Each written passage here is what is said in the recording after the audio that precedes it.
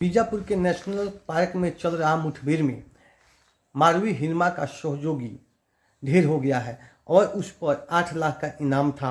इस तरह कई महीने से कहा जाए तो भाजपा के नेतृत्व में और डीआईजी के जवानों के सहयोग से जो नक्सलियों पर हमला हो रहा है, मुठभेड़ हो रहा है। इस मुठभेड़ में कई फर्जी भी मुठभेड़ हुआ और लगातार नक्सलियों को ठिकाना बनाया जा रहा है और नक्सली मारे जा रहे हैं। इसी बीच बीजापुर के नेशनल पार्क में जो मारवी हिरमा था उसका सहयोगी ढेर हो गया है उसका, और बीजापुर में मुठभेड़ चल रहा था। उसको पहचान सोठी कन्हा के रूप में किया गया है, जो आपको मैं बता दूं कि वो कंपनी नंबर 2 के डिप्टी कमांडर था और मारवी हिरमा का काफ़ी नज़दीक, काफ़ी सहयोगी था। उस पर कई मामले में वारदात में वो शामिल रहा है और नक्सलियों का एक मजबूत लीडर था जो मुठभेड़ में वो शहीद हो गया है, उसको ढेर कर दिया गया है। आप देख रहे हैं ग्राम स्वराज 24 न्यूज़। मैं हूं संजय यादव और मैं नक्सलियों के बारे में वीडियो बनाता हूं और आप तक पहुंचाने का प्रयास करता हूं। और मेरा उद्देश्य ये है कि क्या देश में जो नक्सली संगठन है और जो शांति वार्ता के लिए नक्सली सरकार से मांग कर रहे हैं, इस लोकतांत्रिक देश में, इस संवैधानिक देश में क्या कोई व्यक्ति या कोई भी संगठन या कोई अपराधी हो? अपराधी और नक्सली में जमीन और आसमान का अंतर होता है। नक्सली जो होते हैं वो दूसरे विचारधारा के होते हैं, अपराधी जो होते हैं वो दूसरे विचारधारा का होते हैं। और जो नक्सली के खिलाफ जो सरकार के द्वारा ऑपरेशन चलाया जा रहा है और एक लंबा ऑपरेशन के दौरान में लगभग 400 से ज़्यादा नक्सली को ढेर किया गया है, 400 नक्सली शहीद हुए हैं। और इतना लंबा ऑपरेशन चलने के बाद जो एक चीज़ तो जरूर सामने छन कर आया है कि सरकार, भाजपा की सरकार, यहाँ जो पूंजीपति वर्ग जो है, यहाँ जो डीआईजी के जवान है, चाहे या फौज की जो सेना है, जो नक्सलियों से बराबर मुठभेड़ कर रहे हैं, तो एक तरफ नक्सली का जो चरित्र है वो भी सामने आ रहा है और सेना के जो चरित्र है वो भी सामने आ रहा है और भाजपा सरकार की जो चरित्र है वो भी सामने आ रहा है। एक तरफ फर्स्ट पॉइंट पर हम बात करेंगे, जब नक्सली समझौता के लिए, शांति वार्ता के लिए, सीज फायर के लिए सरकार से अपील कर रहे थे तो सरकार इसको ठुकरा दिया और यहाँ तक पहुँच गया कि नक्सली संगठन के जो महासचिव वासु राजू थे उनकी फर्जी इनकाउंटर करके, फर्जी मुठभेड़ में मारकर उनके शव पर नृत्य भी किया और जश्न भी मनाया। तो जो चरित्र जो दिखाई दे रहा है कि अभी तक जो लोग नहीं जानते थे वो लोग भी नक्सलियों के बारे में और जानना शुरू कर दिए हैं, वो भी नक्सलियों को समझना शुरू कर दिए हैं, वो भी माओइस्टों को समझना शुरू कर दिए हैं। और भाजपा के जो सरकार है, जो तानाशाह की सरकार है, जो गुंडा की सरकार है, जो प्रशासन जो गुंडागर्दी कर रही है, उसका भी चरित्र सामने आ रहा है। और नक्सलियों के संगठन में लगभग 40% से प्लस महिलाएं भी शहीद हुई है। अभी तक नक्सली संगठन से एक भी जो पुरुष नक्सली है और जो महिला नक्सली है उन पे कभी भी कोई आरोप नहीं लगा है, कभी भी महिलाएं उत्पीड़न का शिकार नहीं हुई है, कभी ऐसा केस दर्ज नहीं हुआ है। जबकि आप देख सकते हैं कि जो प्रशासन है, जो थाना है और जो देश के अंदर जो प्रशासनिक सिस्टम है, इसमें कोई भी ऐसा दिन नहीं हो, कोई भी ऐसा महीना नहीं हो जिसमें प्रशासन किसी महिला के साथ शारीरिक शोषण न करे और महिलाओं पर अत्याचार न करे। अगर कोई थाना में कोई महिला ड्यूटी पर है, कोई महिला उस थाना में किसी पोस्ट पर है, तो उसके वरीय जो अधिकारी हैं वो महिला के साथ दुर्व्यवहार करते हैं, उस महिला के शारीरिक शोषण भी करते हैं और महिला फूट फूट कर रोती भी है। वहीं जो नक्सली संगठन की महिलाएं हैं वो नक्सली संगठन में अपने आप को सुरक्षित महफूज करती है और नक्सली संगठन के लिए अपने शहीद भी हो रही है। इस तरह की मामला आया है। लेकिन जब नक्सली संगठन की ओर से जो शांति वार्ता, सीज फायर की बात की जा रही थी तो सरकार नकार दिया है। जबकि कहीं से भी लोकतंत्र में कोई बड़ा से बड़ा अपराधी क्यों ना हो, बड़ा से बड़ा क्रिमिनल क्यों ना हो, वो भी जब शांति वार्ता के लिए बात करता है तो सरकार बैठकर बातचीत करती है। लेकिन नक्सलियों के साथ ऐसा नहीं हो रहा है। तो एक तरफ देखा जा रहा है कि जो भाजपा की जो सरकार है वो तानाशाही सरकार है, वो गुंडागर्दी की सरकार है। और दूसरी तरफ देखा जा रहा है कि नक्सली जो है वो कभी भी अनर्गल हरकतों से नहीं करते हैं।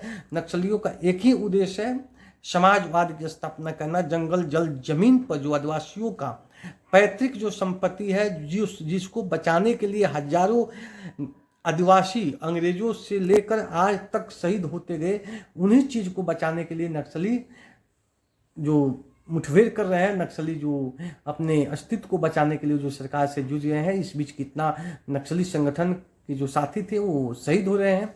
और सरकार की ओर से बराबर नक्सलियों को सफाया किया जा रहा है। और एक चीज़ मैं बता दूं कि कोई भी बड़ा जो टीवी एंकर है, बड़ा चैनल है, वो कभी भी सच बोलने से कतरा रही है। केवल इतना ही वीडियो बना रही है, इतना ही दिखा दे रही है कि 8 लाख का इनामी नक्सली ढेर हो गया तो 40 लाख का इनामी नक्सली ढेर हो गया। बताइए किनके ऊपर इनाम रखा गया है? एक तरफ देखा जाता है कि देश में बड़ा बड़ा अपराधी जो है, बड़ा बड़ा जो क्रिमिनल है, बड़ा बड़ा जो अफसर भ्रष्ट है, उनके शरीर पर वर्दी लगा हुआ है, सरकार स्टिकर लगाई हुई है। और मैं बता दूं कि आज देश में जितने भी प्रशासनिक विभाग है, जितने भी प्रशासन है, और जो अपने शरीर पे तिरंगा का बैच लगाया हुआ है और स्टार जो लगाया हुआ है, कोई भी ऐसा बड़ा प्रशासन विभाग का अधिकारी नहीं है जो भ्रष्टाचार में संलिप्त नहीं है। तो आज बिहार हो या छत्तीसगढ़ हो या तेलंगाना हो या पूरा देश में भाजपा की जो सरकार है, एक भी ऐसे अधिकारी को वर्दी उतरवाने का काम नहीं की जो भ्रष्ट हैं, जो सरकार में गरीबों को शोषण करते हैं। आप देश के या बिहार के या कोई भी राज्य के आप किसी भी ब्लॉक को उठा कर देखिए, उस ब्लॉक में भ्रष्टाचार होता है कि नहीं होता है। किसी भी सीओ वीडियो को आप चरित्र को देखिए, उसका कार्य शैली को देखिए, उसमें भ्रष्टाचार है कि नहीं है। कोई भी थाना का आप बायोडाटा उठा कर देखिए कि उसमें भ्रष्टाचार है कि नहीं है।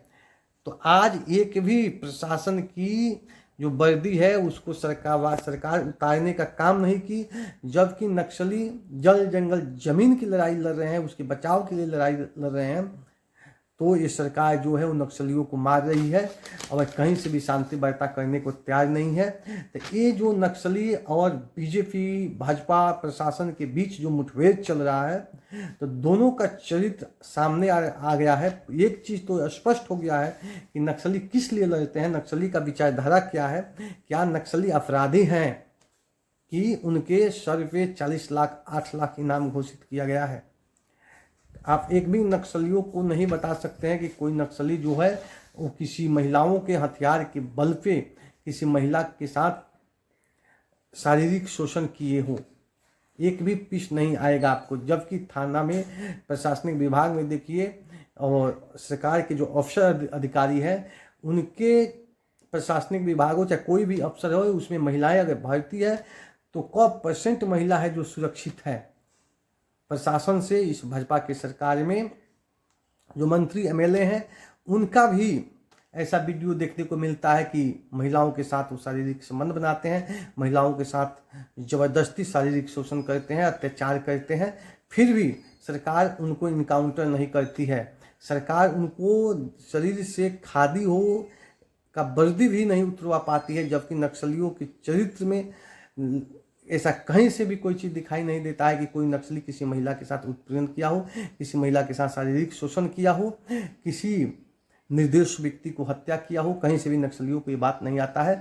फिर भी सरकार नक्सलियों को ढेर कर रही है, नक्सलियों को शहीद कर रही है और 40 लाख 50 लाख 1 करोड़ की इनामी बता रही है। इस तरफ जो चरित्र जो सामने आ रहा है, तो मैं बता दूं, जो अभी नक्सली जो मरा है वो कंपनी नंबर 2 डिप्टी कमांडर था और मारवी हिरिमा के काफ़ी सहयोगी था, काफ़ी नज़दीक था। उसका पहचान सोठी कन्ना के रूप में किया गया है और उस पर भी 8 लाख का इनाम बताया जा रहा है कि 8 लाख का इनामी नक्सली था। CCM मारवी हिरिमा का वो सहयोगी था। बीजापुर के नेशनल पार्क में ये मुठभेड़ चला है और एक लंबा मुठभेड़ के बाद ये नक्सली शहीद हुआ है, ढेर हुआ है। तो आप देख रहे हैं ग्राम सभा 24 न्यूज़। मैं हूँ संजय यादव और मैं बता दूँ कि नक्सली और जो प्रशासन है, इनके दोनों चरित्र आपके सामने है।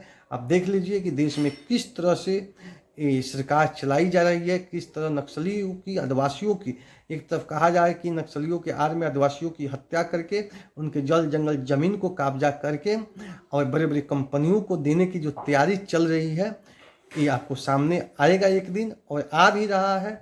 कि सरकार पूरा जोर तोड़ लगा दी है जल जंगल जमीन को बेचने का और बड़ी बड़ी कंपनियों को देने का। तो आप देख रहे हैं ग्राम सभा 24 न्यूज़। मैं हूं संजय यादव। इसी के साथ जय हिंद, जय भारत लाल सिंह।